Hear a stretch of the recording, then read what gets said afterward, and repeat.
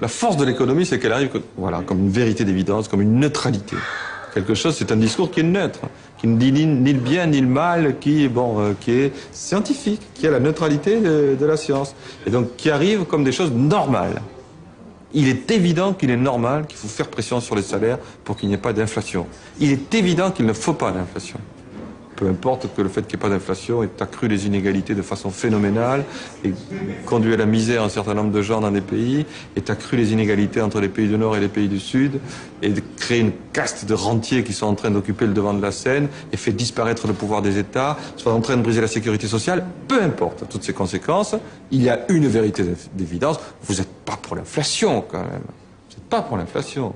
Or, si on regarde la vérité et l'histoire, on voit que les moments rarissimes où le capital a été un petit peu muselé, par exemple pendant les 30 glorieuses, c'était plutôt des périodes inflationnistes où effectivement la part des salaires pouvait augmenter parce que les gens qui empruntaient pour construire leur maison ou des choses comme ça, eh bien, grâce à l'inflation, arrivaient à éponger rapidement leurs dettes.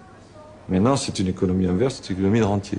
Alors, on pourrait dire plutôt, voilà, voulez-vous que ce soit les rentiers qui dirigent le monde ? On préfère dire, vous êtes contre l'inflation, bien sûr. Voilà.